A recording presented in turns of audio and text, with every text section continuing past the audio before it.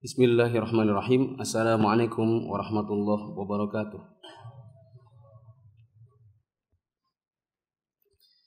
Alhamdulillahi wa kafa wassalatu wassalamu ala rasulillahil mustafa wa ala alihi wa ashabihi wa man tabi'ahum bi ihsanin ila yaumiddin. Hadirin jamaah yang dirahmati Allah Subhanahu wa taala, pada kesempatan malam hari ini insyaallah kita akan kembali melanjutkan pembahasan buku penjelasan 3 landasan utama yang saya terjemahkan dari kitab Syarah Al-Usul Ats-Tsalatsah yang ditulis oleh Syekh Shalih Fauzan. Dan sekarang kita masuk di poin atau di halaman berapa? 66.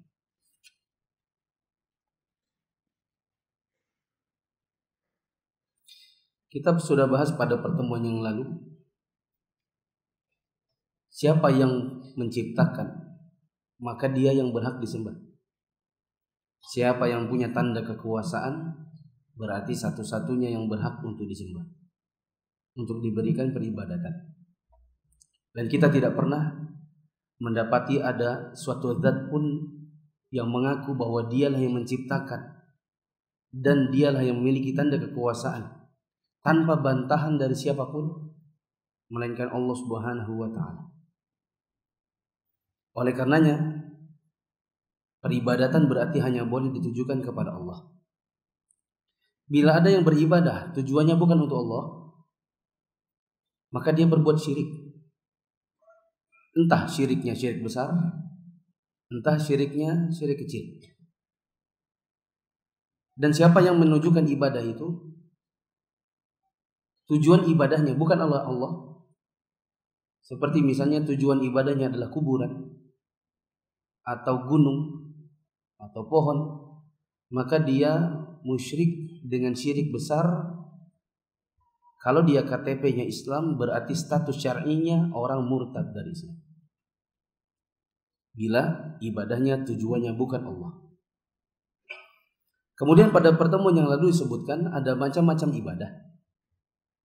Ada doa, ada istighatsah, ada isti'anah, ada isti'adzah, ada raghbah, ada rahbah, dan lain-lain, yang semua itu hanya boleh ditujukan untuk Allah.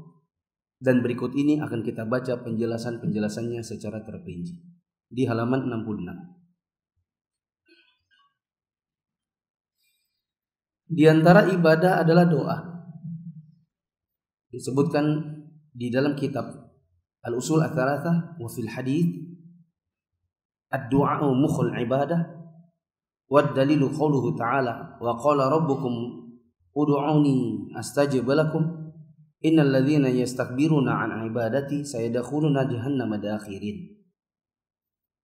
Adapun dalil tentang doa itu adalah salah satu ibadah yang Allah perintahkan dan hanya boleh ditujukan kepada Allah semata, adalah hadis yang bunyinya doa adalah inti ibadah. Dan dalil yang lainnya adalah firman Allah, dan Tuhanmu berfirman, berdoalah kepadaku, niscaya aku akan perkenankan bagimu. Sesungguhnya orang yang menyombongkan diri dari berdoa kepadaku, maka akan masuk neraka jahanam dalam keadaan hina dina. Ini yang disebutkan oleh penulis Al-Usul Ats-Tsalatsah, Syekh Muhammad bin Abdul Wahhab. Berikut ini penjelasan dari Syekh Shalih Fauzan. Kata beliau, penulis membawakan hadis ad-du'a'u mukhul ibadah, doa itu adalah inti ibadah, sebagai dalil bahwa doa adalah salah satu ibadah yang Allah perintahkan, yang hanya boleh ditujukan kepada Allah semata.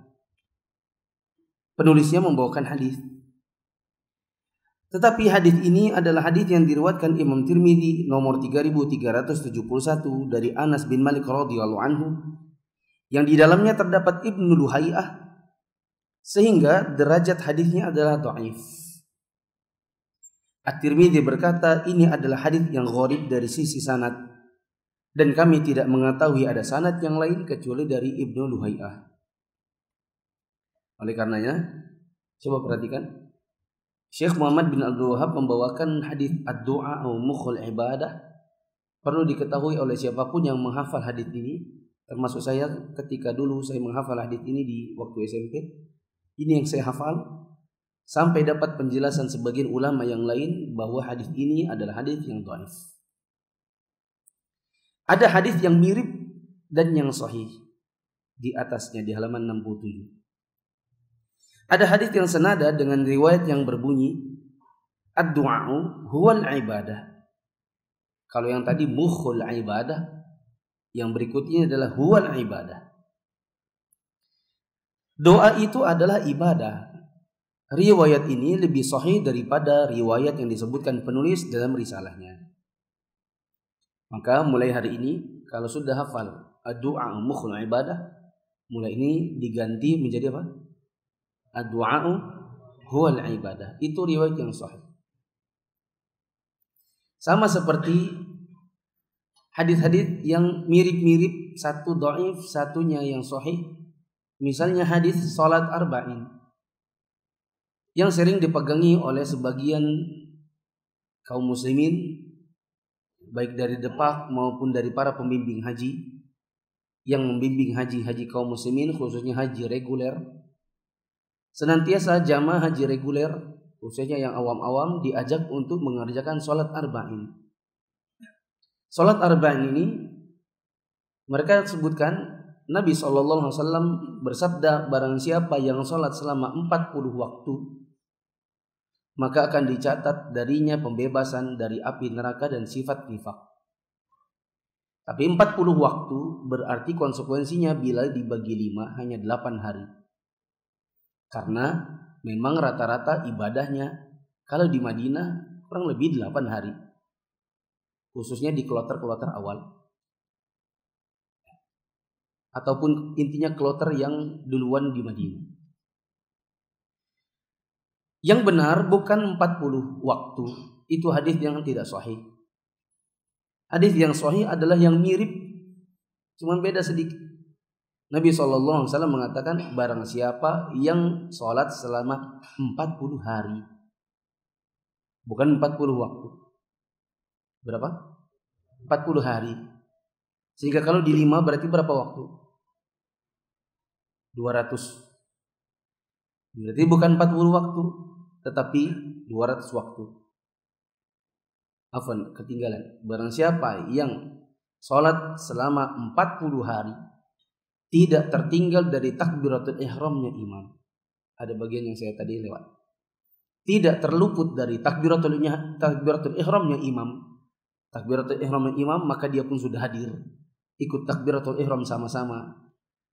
Maka dicatat baginya pembebasan dari 2 hal, yaitu sifat nifak dan dari api neraka.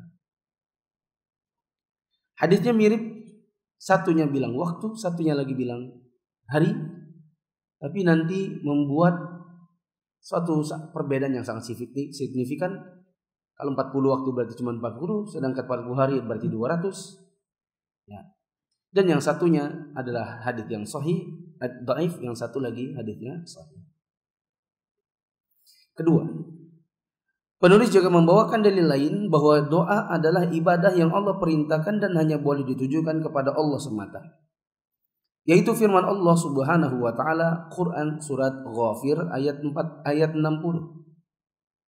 Ayat tersebut memerintahkan kepada kita untuk berdoa karena Allah itu Maha Kaya dan kita sangat membutuhkan pertolongannya. Jika manusia kerap marah, ini salah ya. Saya tulis di situ malah. Yang benar marah. Jika manusia kerap marah kalau diminta-mintai, maka Allah justru marah kalau kita tidak minta-mintai.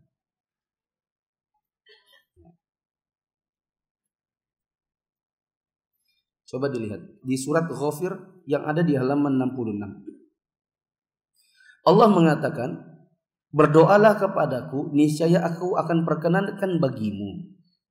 Pertama disuruh oleh Allah untuk berdoa.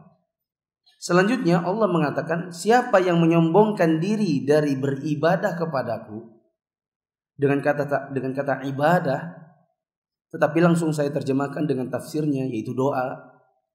Ini menunjukkan bahwa, coba perhatikan, ketika Allah mengatakan doalah kepadaku, nanti ku perkenankan. Terus Allah sambung, siapa yang tidak mau beribadah kepadaku? Allah sebutkan contohnya dulu, kemudian sebutkan kata umumnya. Ini menunjukkan bahwa doa bagian dari ibadah. Seperti misalnya, anggaplah dalam bahasa Indonesia, anggap saja ada penjaga kebun binatang, dia mengatakan, hei, jangan berikan kambing itu makanan apapun, karena sesungguhnya hewan yang ada di kebun binatang ini semuanya hewan langka dan mahal. Jangan berikan makanan sembarangan kepada burung itu, karena sesungguhnya unggas apapun yang ada di kebun binatang ini semuanya mahal. Kalimat ini menunjukkan bahwa hewan yang pertama disebut adalah bagian dari sebuah kata umum yang disebutkan setelahnya. Bisa dipahami ini? Ini menunjukkan lagi bahwa doa itu adalah bagian dari ibadah. Karena dia bagian dari ibadah, berarti doa tidak boleh ditujukan kecuali hanya kepada Allah. Kalau kita balik lagi dengan materi yang minggu lalu, bila ibadah itu hanya boleh untuk Allah, siapa yang menunjukkannya kepada yang lain yang bukan Allah, maka dia musyrik lagi kafir. Berarti siapa yang berdoa, yang doanya dia tujukan bukan kepada Allah, maka dia adalah orang musyrik lagi kafir. Misalnya sebagian orang yang berdoa di kuburan pada malam Jumat Kliwon, misalnya bawa sesajen tertentu, bawa kembang-kembang tertentu, kemudian sholat di sana dan lalu memohon dia kepada yang ada di kubur. Maka secara takfir mujmal, secara takfir global, maka orang ini disebut dengan orang kafir musyrik. Bila KTP-nya Islam, berarti status syar'inya murtad. Dalam masalah doa, manusia ada 3 macam. Maafkan, di atasnya tadi. Manusia itu kerap marah kalau terlalu banyak dimintai. Coba antum ingat waktu kita kecil dulu. Kalau dikit-dikit minta uang sama orang tua, dimarahin atau tidak? Dimarahin, meskipun kadang-kadang dikasih. Ma, itu nak lek. Mau beli cabutan, mau beli gambar, mau beli pistol-pistolan, mau beli kembang api. Terlalu banyak minta, lama-lama orang tua marah. Orang tua marah lalu mengatakan, kamu ini terlalu banyak minta uang terus. Meskipun kadang-kadang dikasih, nih makan aja uang itu. Berbeda dengan Allah, Allah malah justru marah bila kita tidak minta kepada dia. Makanya Allah mengatakan, siapa yang sombong dan tidak mau berdoa kepadaku, maka akan masuk ke dalam neraka jahanam. Ini menunjukkan bahwa gak suka berdoa, tidak pernah minta kepada Allah, maka ini perbuatan dosa.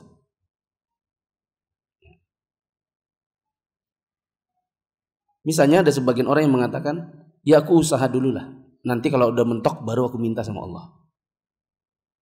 Ya, ini termasuk diantara perbuatan yang seperti itu. Di dalam masalah doa, manusia ada 3 macam. Mungkin ada yang belum tahu, Ustaz, kalau ada halaman titik sekian 130, 131, itu apa sih maksudnya? Itu maksudnya adalah faedah ini, poin berikut ini disebutkan oleh penulisnya di kitab aslinya di halaman 131. Bila antum tidak percaya poin ini ada pada bukunya, antum tinggal cari saja di buku aslinya. Gitu maksudnya. Dalam masalah doa, manusia ada 3 macam. Yang pertama adalah manusia yang sama sekali tidak berdoa dan sombong terhadap ibadah kepada Allah. Dia nggak pernah minta. Dan saya pernah bertemu dengan orang seperti ini. Ketika saya mampir di sebuah kampung dan kami nginap di rumah itu, kemudian salah satu dari anggota keluarga saya bertanya, di kampung seperti ini ada ya orang kaya seperti Anda? Kalau kita lihat yang lain itu rumahnya kayu-kayu, atapnya itu masih yang pelepah-pelepah kelapa. Rumah Anda ini beton sendiri, perabotannya bagus. Terus dia bilang, ya itu karena kitanya yang memang rajin bekerja. Luput darinya perkataan apa? Bahwa ini adalah dari Allah. Kemudian yang kedua adalah manusia yang berdoa kepada Allah, tapi pada saat yang bersamaan berdoa juga kepada yang bukan Allah, sehingga dia menjadi orang musyrik. Seperti misalnya ada sebagian kaum muslimin, mereka di salat 5 waktu minta kepada Allah. Kan mereka bilang, iyyaka na'budu wa iyyaka nasta'in. Ya Allah, kepada Engkaulah kami beribadah dan kepada Engkaulah kami mohon pertolongan. Ini kata-kata mereka yang mereka baca di salat 5 waktu. Tetapi pada hari-hari tertentu, pada upacara-upacara tertentu, mereka mintanya bukan kepada Allah. Yang sering kita jumpai di mata kita, mereka mintanya kepada kuburan tadi. Mereka minta kepada kuburan-kuburan yang dikeramatkan, yang katanya ini adalah guru fulan, habib fulan, kiai fulan, yang dia adalah para wali-wali Allah, yang kalau kita mintai dia nanti bisa dikabulkan. Yang saya juga pernah cerita, tahun 2009 ada caleg, besok mau pencoblosan, maka dia masuk gua sama seorang dukun di Sulawesi. Keluar dari gua, terpeleset kakinya, jatuh bersama-sama dukunnya, mati dua-duanya. Nah, ini minta kepada siapa? Kepada yang bukan Allah. Yang ketiga, manusia yang mengikhlaskan doa hanya kepada Allah semata, maka dia ini adalah orang yang bertauhid. Semoga Allah menjadikan kita orang yang ketiga. Dalil al-khauf. Adapun dalil tentang khauf, khauf artinya takut kepada Allah. Dalil bahwa khauf itu termasuk salah satu ibadah yang Allah perintahkan dan hanya boleh ditujukan kepada Allah semata adalah firman Allah Subhanahu wa taala, "Fala takhafuhum wa khafuni in kuntum mu'minin." Karena itu janganlah kalian takut kepada mereka, tetapi takutlah kepadaku jika kamu benar-benar orang yang beriman. Quran surat Ali Imran ayat 175. Wa dalil roja, dan dalil bahwa roja atau berharap kepada Allah merupakan salah satu dari ibadah yang Allah perintahkan dan tidak boleh ditujukan kecuali hanya untuk Allah semata adalah firman Allah, "Faman kana yarju liqa'a rabbih falyamal 'amalan shalihan wa la yusyrik bi'ibadati rabbih ahada." Barang siapa yang mengharap perjumpaan dengan Tuhannya, maka hendaklah dia beramal saleh dan janganlah ia mempersekutukanku dalam ibadahnya dengan seorang pun.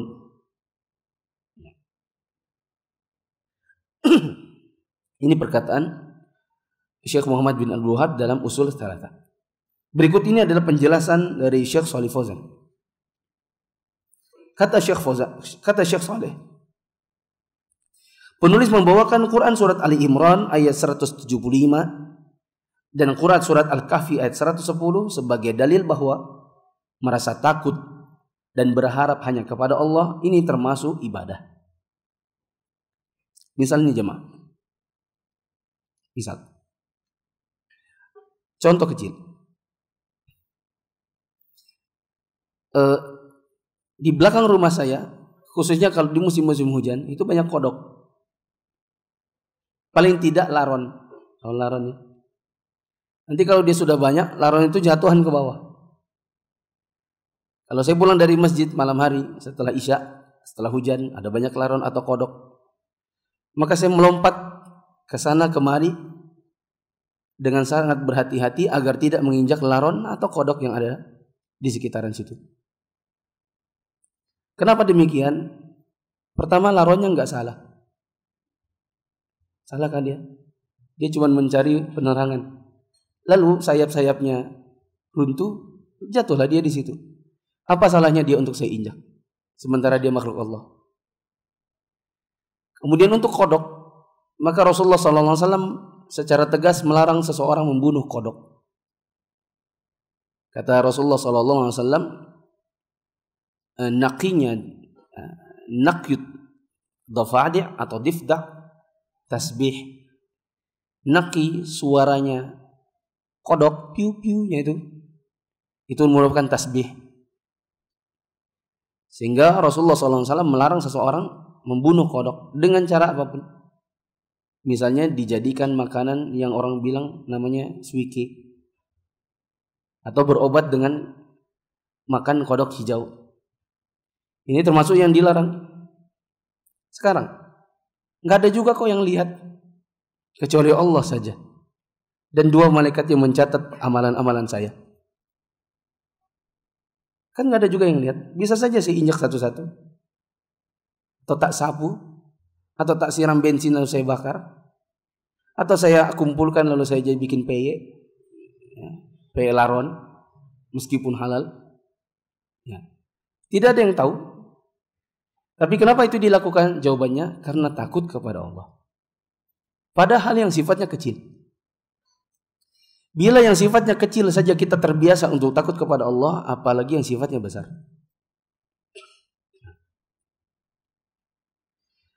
Takut itu ada 2 macam. Takut yang bernilai ibadah dan takut yang sifatnya manusiawi. Takut yang sifatnya ibadah adalah takut kepada Allah pada hal-hal yang hanya Allah yang mampu melakukannya. Takut seperti ini hanya boleh kepada Allah. Jika dipalingkan kepada yang selain Allah berarti syirik. Contoh takut yang hanya boleh untuk Allah, contoh takut yang harusnya buat Allah tapi berubah jadi syirik. Misalnya takut kepada wali yang dianggapnya dapat mencabut rohnya, sehingga dia menyembelih hewan untuk dipersembahkan kepada si wali. Saya tadi dengar apa ya? Ada orang bilang, atau saya baca di mana saya lupa. Ada keyakinan sebagian orang, sembelihkanlah anu di malam anu, buat guru anu, bila tidak nanti celaka. Oh, saya ingat di pertanyaan sini. Nanti saya bacakan. Nanti saya baca. Ini termasuk di antara takut yang takut syirik. Takut yang nilainya syirik. Ya. Termasuk takut yang syirik lagi bodoh. Misalnya sebagian orang mendapatkan broadcast WA, sebarkanlah pesan ini kepada 10 orang, bila tidak kamu celaka. Betul-betul disebarkannya. Karena takut. Maka orang yang seperti ini selain syirik, meskipun karena jahil, plus dia bodoh tadi.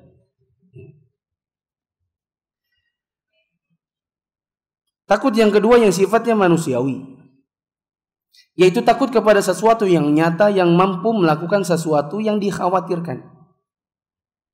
Takut seperti ini boleh ditujukan kepada Allah, boleh ditujukan kepada selain Allah dan tidak termasuk syirik. Contohnya takut kepada ular atau kalajengking yang akan mematuk, sehingga dia pun mengambil kayu untuk membunuhnya. Tapi kalau kayak kita langsung lari aja ya. Ngapain lagi cari kayu? Takut kepada ular itu sesuatu yang manusiawi, yang tidak mungkin dibilang syirik. Saya belum pernah ketemu seorang wanita pun yang kalau ketemu tikus dia tidak bilang ha, gitu. Nah, pasti sebagian wanita, secara umum wanita itu jijik kalau ngelihat tikus, apalagi kalau dekat kakinya. Terus kalau seandainya misalnya istri kita ketemu dengan tikus, dia lompat, apa kita bilang, musyrik kamu nih? Ya. Jawabannya tidak, karena itu adalah manusiawi. Begitu pula takut kepada musuh yang akan membunuhnya sehingga lari. Sebagaimana Nabi Musa alaihissalam lari ke Madian karena musuh ingin membunuhnya. Maka ini tidak mengapa. Ini adalah takut yang sifatnya manusiawi. Kalau kita di zaman ini misalnya takut sama preman. Antum jualan di pasar, ada preman yang sedikit-sedikit malak, gorengan mana? Kita jualan gorengan, dia minta gorengan. Terus dia pergi, tidak bayar. besok dia datang lagi. Kita nggak berani bilang bayar sini, karena takut ditonjok, takut di apa ini? Pakai badik itu namanya, ditikam, takut dikeroyok, takut malah mendingan ngasih aja gorengan dia 3, dia pergi, ruginya adalah 6.000, ketimbang dia rampok semuanya habis 500.000. Ya. Makanya seperti ini adalah takut yang sifatnya manusiawi. Kalau takut kehilangan rezeki gimana? Ya, maka yang seperti inilah yang nggak layak bagi seorang muslim. Misal, zaman sekarang banyak ojek online. Terus kita sebagai ojek umum, apa lawannya ojek online namanya? Ada kan? Ojek pangkalan, ya. Sebagai ojek pangkalan bikin peraturan, nggak boleh di sini. Terus ketemu dengan ojek online, kemudian digebuki. Ya. Saya tadi lihat ada video sekilas, dilempar ke kali motor-motornya di Bandung. Ketemu, dipukulin orangnya. Apa salahnya mereka? Oh, ini ngambil lahan kami. Enggak, itu lahan Allah. Orang mau di mana aja mencari rezeki selama halal. Kalau antum merasa tersaingi, antum kreatif. Cari yang lain atau jadi ojek online juga. Gitu. Kalau antum merasa rezeki dia lebih banyak, tidak ada yang menghalangi. Maka ini perbuatan yang tercela, tidak layak bagi seorang mukmin. Ya, ada orang digebuki, apa salahnya orangnya? Diambil motornya, dicemplungkan ke kali, tidak difikirkan panjang. Kalau seandainya si ojek online itu punya tanggungan, gimana? Ada istri, ada orang tuanya, ada anaknya masih kecil-kecil. Hilang motornya, hilang alat kerjanya, gimana? Coba antum berpikir, antum ada di posisinya. Ini otak yang sangat pendek dalam berpikir, dalam mencari rezeki. Termasuk juga misalnya saya dapat pertanyaan, saya misalnya jualan bakso, ada orang lain juga mau ikut sebelah saya jualan bakso. Terus saya usir, nggak boleh kamu di sini. Terus atau saya hajar, saya didorong, dihambur itu bakso-baksonya, gerobaknya itu dibalik. Nggak boleh seperti itu. Kalau antum merasa tersaingi, minimal musyawarah. Bilang dulu, saya di sini jualan bakso.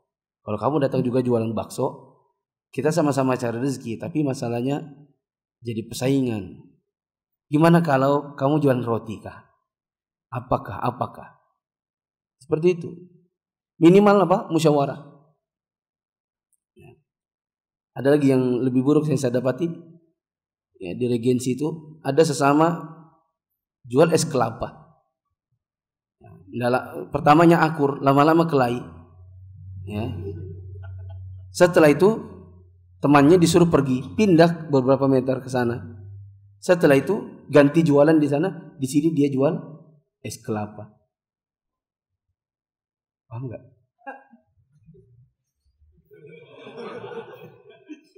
Ya sudah, tidak apa-apa. Mungkin orangnya bilang gini, ini jualan kita ini sekarang rame karena es kelapa dan itu ideku. Kalau gitu besok-besok kamu jualan yang tempat sana jauh-jauh dari sini, dan karena itu ideku berarti hanya aku yang boleh jualan es kelapa di sini. Ya. Ini termasuk diantara takut kehilangan rezeki yang takutnya sifatnya manusiawi tapi bodoh.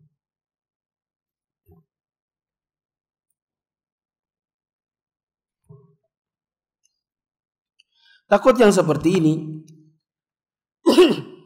harus dibarengi dengan usaha atau mengambil sebab untuk menghindarkan diri dari mara bahaya sambil bertawakal kepada Allah Ta'ala.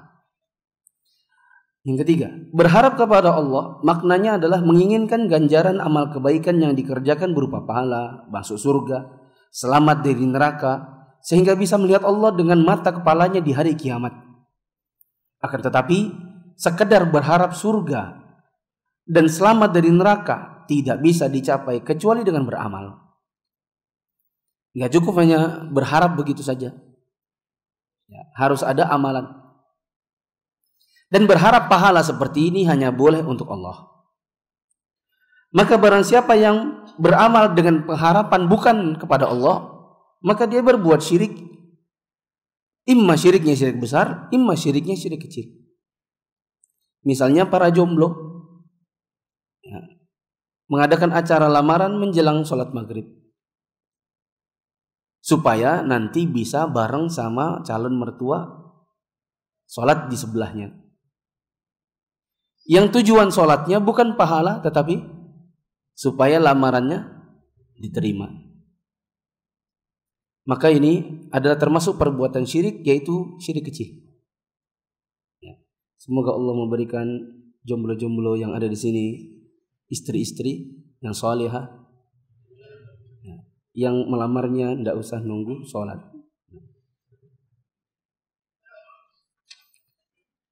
Adapun nomor 4 insya Allah akan saya bahas pada pertemuan yang berikutnya, karena penjelasannya nomor 4 ini cukup panjang. Kesimpulan atau ringkasan, doa itu ibadah. Karena dia ibadah berarti hanya boleh untuk Allah. Siapa yang berdoa bukan kepada Allah, maka dia berbuat syirik. Seperti memohon rezeki, memohon hujan, memohon jodoh dan lain-lain kepada kuburan, kepada gunung, kepada pohon, maka ini perbuatan syirik, syirik besar. Pelakunya musyrik lagi kafir dan murtad dari Islam. Begitu juga dengan khauf, yaitu takut kepada Allah dan mengharapkan pahala dari Allah, ini hanya boleh untuk Allah. Kecuali apabila takut itu yang sifatnya manusiawi, karena takut itu ada dua, ada yang ibadah, ada yang manusiawi. Takut yang sifatnya ibadah hanya boleh untuk Allah. Yang sifatnya manusiawi maka ini tidak mengapa, tetapi harus dibarengi dengan sebab untuk menghindari mara bahaya yang ditakutinya. Seperti misalnya orang takut dari ular, maka dia tidak mengapa takut dan harus mengambil sebab untuk menghindarkan diri dari yang ditakutinya. Imma cari kayu lalu dipukul ularnya, imma lari. Kepada preman juga sama, ini termasuk takut yang sifatnya manusiawi. Maka imma dikasih saja premannya, imma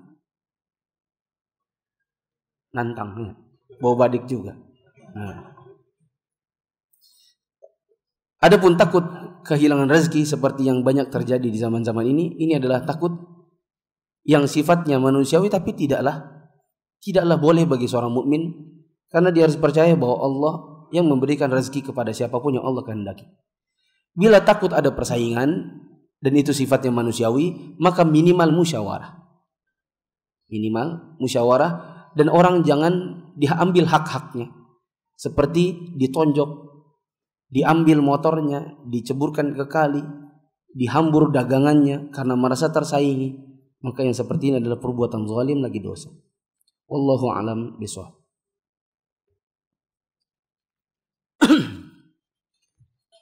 Tunggu. Saya cari pertanyaan yang tadi.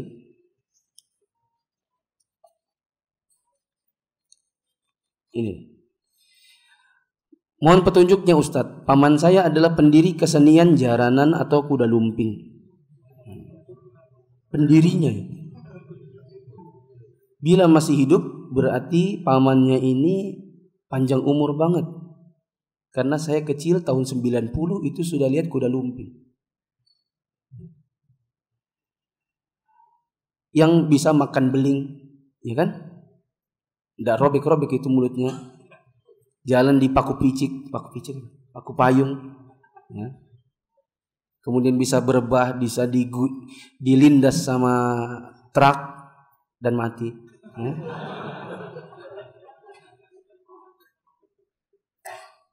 Sebagian besar keluarga saya masih percaya bahwa kesenian tersebut bisa menyembuhkan penyakit dan mendatangkan sesuatu seperti cepat punya anak.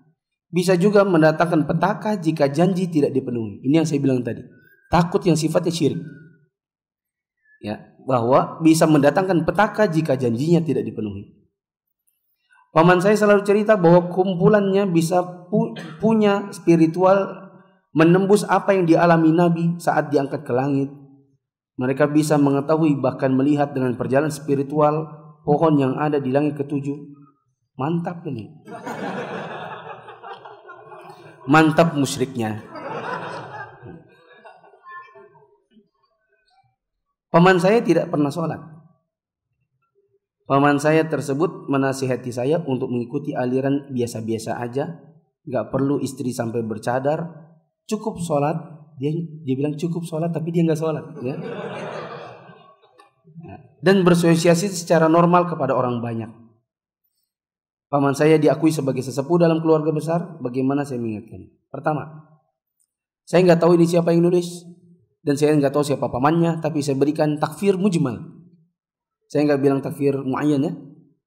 Saya nggak bilang pamannya ini, tapi saya beritahukan siapa yang punya keyakinan ada yang bisa mendatangkan petaka selain Allah, maka dia musyrik, kafir, murtad.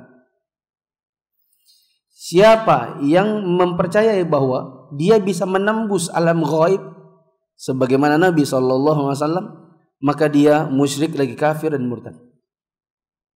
Siapa yang tidak pernah sholat sama sekali, maka dibagi menjadi beberapa keadaan. Kenapa enggak sholat? Kalau dia bilang sholat tak wajib, maka dia musyrik, murtad, kafir secara ijma' ulama. Bila keyakinannya tidak wajib sholat. Bila keyakinannya adalah sholat itu wajib tapi dia malas, maka ada pendapat ulama terbagi dua. Sebagian mengatakan murtad, kafir, murtad lagi kafir, dan sebagian lagi mengatakan dia muslim tapi berdosa bila malas, dan pendapat yang kuat adalah yang mengatakan kafir, murtad. Siapa yang tak pernah sholat sama sekali meskipun alasannya cuma karena malas. Lihat, bila alasannya sholat tak wajib, maka ijma' ulama tak satu pun mengingkari bahwa dia murtad lagi kafir. Bila karena malas, maka ada khilaf ulama, dan pendapat yang kuat adalah dia murtad lagi kafir. Sebanyak apa untuk bisa murtad dan kafir? Jawabannya mayoritas sholat. Bila dia meninggalkan mayoritas sholat, seperti misalnya di satu hari dia hanya sholat maghrib tok, 4-nya tak dikerjakan, berarti mayoritas sholat dia tinggalkan karena malas, maka dia murtad lagi kafir menurut pendapat yang lebih kuat di antara dua pendapat ulama. Adapun katanya baiknya ikut Islam aliran yang biasa-biasa saja, maka jawabannya mengikuti manhaj Ahlussunnah wal Jamaah dengan manhaj salaf itulah aliran yang biasa-biasa saja. Yaitu suatu pemahaman dalam beragama yang Anda dituntunkan untuk tidak macam-macam, biasa-biasa saja, dan cukup mengikuti orang-orang yang lebih paham daripada Anda dalam masalah agama. Maka saya katakan manhaj salaf justru manhaj yang justru biasa-biasa saja. Kenapa? Karena Anda dilarang mengada-ngada. Karena dalam bermanhaj salaf Anda dilarang bikin tafsir sendiri. Anda cukup ikut orang yang berilmu dan tidak usah macam-macam. Ya. Kalau dikatakan tidak usah sampai bercadar, maka ini mungkin ini yang disebut dengan biasa-biasa saja. Maka ini ada beberapa rincian. Bila ini tempatnya di Papua, memang jadi nggak biasa-biasa saja. Saya akui itu. Ada orang sekitarnya koteka, dia sendiri yang bercadar, memang dia jadi tidak biasa-biasa. Maka orang yang seperti ini hijrahlah dari sana. Tinggallah di tempat yang cadar itu biasa-biasa saja, seperti Balikpapan. Balikpapan ini kan biasa-biasa saja kan? Kalau ada orang bercadar, nggak ada juga orang komentar macam-macam. Walhamdulillah, kita diberikan oleh Allah tinggal di Balikpapan yang masyarakatnya secara umum cadar itu biasa-biasa saja.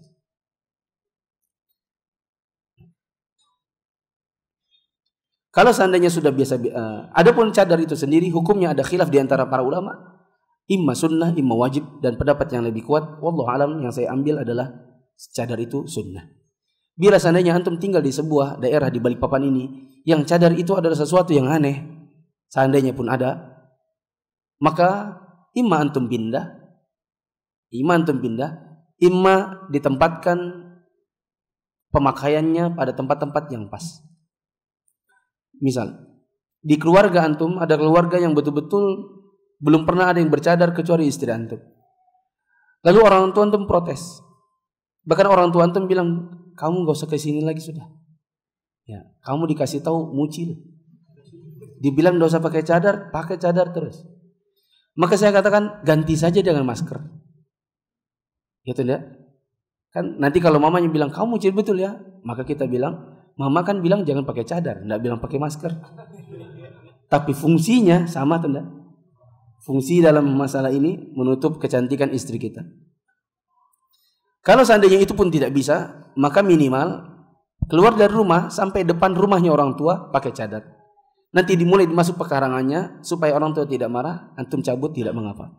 Karena sekali lagi cadar itu pendapat yang lebih kuat, hukumnya adalah sunnah. Dikerjakan berpahala, bila tidak dikerjakan tidak berdosa.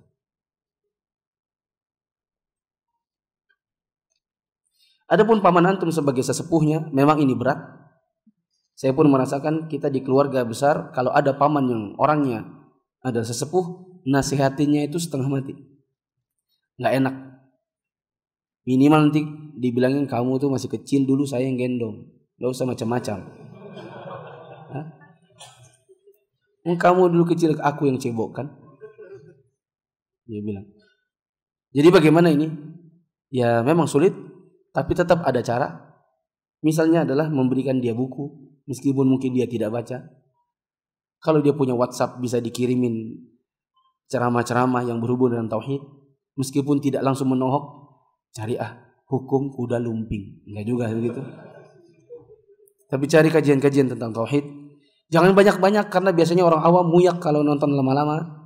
Cari yang 2 menit, 3 menit selesai, yang bisa langsung tertuju pada dirinya. Semoga dia mendapatkan hidayah. Antum bayangkan ada orang yang pernah bikin video pelecehan kepada Nabi Muhammad SAW di Belanda, lalu viral. Orang tersebut sekarang sudah masuk Islam, yang bikin videonya. Ya. Artinya hidayah tetap bisa datang kepada siapapun meskipun parah kekafirannya. Berapa menit? Mertua saya jual rumah karena ingin melunasi hutang dan kondisinya sudah tidak bekerja. Kata tetangga, kalau sudah terjual, keluarkan zakatnya 2,5%. Padahal uang tersebut belum mencapai haul. Bagaimana ini? Mertuanya ini menjual rumah karena ingin melunasi hutang. Berarti perdagangannya bukanlah perdagangan dalam rangka mengembangkan kekayaan. Maka tidak berlaku hukum zakat dagang di situ. Zakat perdagangan itu berlaku pada setiap komoditi yang jualannya adalah dalam rangka mengembangkan harta. Adapun yang dijual karena kebutuhan seperti untuk bayar rumah sakit, untuk melunasi hutang, maka ini tidak berlaku zakat perdagangannya. Jangan alhamdulillah dulu, belum selesai. Tetapi uang yang sudah dihasilkan dari penjualan rumahnya tadi, anggaplah rumahnya laku, anggaplah 500 juta. Lalu kemudian utangnya dibayarkan 250 juta, masih ada 250-nya, maka yang 250 ini tidak dizakatkan 2,5% saat itu juga, melainkan dibayarkan nanti ngikut dengan haul yang selama ini dibayarkan zakatnya. Misal, jualannya itu di bulan Zulqa'dah, bulan ini. Jualannya di bulan Zulqa'dah. Laku 500 juta, 250 juta bayarkan utangnya, 250 sisanya masukkan ke rekening yang ngitung haulnya bukan Zulqa'dah nanti tetapi di Ramadan, karena kebiasaannya biasanya kalau bayar zakat adalah bulan Ramadan. Nanti pas Ramadan tiba, yang 250 itu tidak usah dipusingkan, langsung saja lihat berapa isi rekening, berapa yang ada di kantong, berapa yang ada di dompet, berapa yang ada di bawah bantal, di brankas, di loteng, di plafon, tempat menyimpan rahasia. Kumpulkan, dihitung, dijumlah 2,5%-nya, tinggal dibayarkan zakatnya. Paham ini? Bagaimana jika laki-laki kafir menikahi wanita muslimah? Apakah pernikahan tersebut sah? Jawabannya tidak. Dengan ijma' ulama. Antum bisa buka di surat Al-Maidah yang awal-awal. Dan kalau seandainya lahir anak, maka anaknya statusnya adalah nasab kepada ibunya dan bukan kepada bapaknya, karena pernikahannya tidak sah. Dan kalau seandainya nanti bapak bapaknya yang kafir ini meninggal, maka tidak ada waris mewarisi antara si bapak itu dengan istrinya, dengan anak-anaknya, semuanya. Mana yang lebih utama bila kita punya dana 200 juta? Bayar ONH plus untuk saya dan istri atau beli rumah? Kalau saya di posisi antum, maka saya akan pertama umrah dulu. Siapa tahu keburu meninggal. Kalau rumah, itu jauh, nanti aja itu kapan-kapan. Karena masih bisa hidup meskipun ngontrak atau numpang di rumah mertua. Ya. Adapun menginjakkan kaki di tanah suci ini sesuatu banget. Ya. Sehingga dia harus didahulukan. Imma dengan umroh, imma dengan haji. Adapun kalau haji reguler, memang waktu tunggunya sangat lama. Balikpapan itu dengar-dengar 21 tahun. Ya. Kok bisa begitu? Emangnya sebanyak apa sih orang? Jawabannya ya banyak. Kaya-kaya betul berarti Balikpapan ini? Jawabannya enggak juga. Kenapa kok bisa waktu tunggu yang begitu lama? Jawabannya adalah salah satunya karena riba. Ribanya dari mana? Dari bank syariah. Bank syariahnya bikin produk namanya dana talangan haji. Antum tinggal bayar sekian, nanti ditombokin sekian, antum bisa daftar, nanti antum bisa cicil lebih dari yang antum ditomboki oleh banknya. Meskipun banknya labelnya syariah, maka itu jelas ribanya. Inilah salah satu produk jelas riba di bank syariah. Namanya dana talangan haji. Gara-gara dana talangan haji ini, jadi banyak orang yang sejatinya nggak wajib haji. Kan wajib haji itu kan bagi orang yang mampu saja. Gara-gara ada dana talangan haji, yang tadinya tak mampu, tiba-tiba jadi mampu. Lalu kemudian tiba-tiba yang tak mampu ini ikut-ikut ngantri dan jadilah panjang antriannya. Seandainya orang-orang yang tak mampu, yang nggak daftar, cukupkan pada yang mampu saja karena memang itulah yang diwajibkan oleh Allah untuk mereka. Pasti daftar tunggunya jadi kurang. Sekali lagi, reguler panjang 21 tahun. Adapun ONH plus, saya kira mungkin 100 juta cukup. Tapi kalau saya pribadi, ONH plus juga nunggu waktunya 5-6 tahun atau 6-7 tahun. Maka kalau saya di posisi antum, saya akan pergi umroh dulu. Lalu kemudian daftar haji ONH plus atau haji reguler saja. Siapa tahu Allah berikan antum rezeki untuk cepat. Ya, daftar tunggunya 21 tahun, tiba-tiba jadi 20 tahun, setahun kemudian diumumkan 15 tahun, setahun kemudian diumumkan tinggal 8 tahun, ternyata lebih cepat dari dugaan karena banyak yang wafat di dalam daftar tunggu. Tapi jangan berdoa semoga wafat semua orang-orang itu. Nah, itu kalau saya di posisi antum. Saya dulu tahun 2010 saya punya uang 16.500.000. Allah berikan rezeki, saya menang MTQ PNS dan hadiahnya umroh. Saya bilang kalau saya pergi sendiri tanpa istri saya nggak tahu lagi kapan baliknya dengan istri. Maka 16,5 itu pas saya tanya, pas juga harganya 16,5. Maka langsung kosong itu rekening untuk dibayarkan buat istri saya tahun 2010. Pergilah kami dalam keadaan 0 rekening. Bahkan karena tidak punya uang, mama saya kasih uang. Ini daripada kamu pulang tidak punya oleh-oleh, belikan anu, tapi ternyata oleh-oleh mama juga jadinya. Ya, nggak jadi oleh-oleh saya. 2 juta dikasih. Setelah itu saya pulang, 4 bulan saya punya rekening lagi 28 juta. Padahal waktu itu saya PNS dengan gaji 3 juta. Coba kalkulasinya. 4 bulan saya punya 28 juta, saya pergi 0. Berarti secara umum saya punya uang 7 juta per bulan. Iya. Dapat dari mana?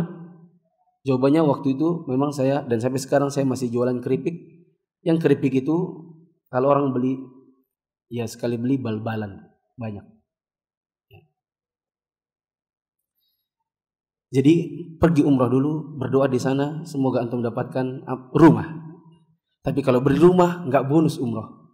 Kalau umrah siapa tahu setelah berdoa dapat apa? Dapat rumah. Waktu itu saya banyak berdoa. Sepanjang saya tawaf, di antara doa yang paling saya banyak panjatkan adalah kembali lagi ke sini dalam jangka waktu tak lama. Akhirnya 5 bulan kemudian saya balik ke Saudi dapat S2. Yang S2 itu saya daftar hari Minggu, Selasa langsung disuruh bikin paspor. Dan sekarang saya baru pulang dari umroh, berarti paspor sudah di tangan. Langsung dikirim, ya, hanya 2 hari langsung diterima S2. Cuman prosesnya memang panjang. 5 bulan kemudian saya kembali ke Saudi. 2 bulan kemudian langsung haji. Berapa bulan kemudian saya pulang ke Indonesia, langsung saya bawa istri, tinggal di sana. Tahun itu juga istri saya haji, langsung gaji gratis dua-duanya. Jadi saya haji 2 kali, istri saya haji 1 kali. Dimulai dari umrah dengan menghabiskan seluruh tabungan. Ya. Wallahu a'lam bishawab. Subhanakallahumma wa bihamdika asyhadu an la ilaha illa anta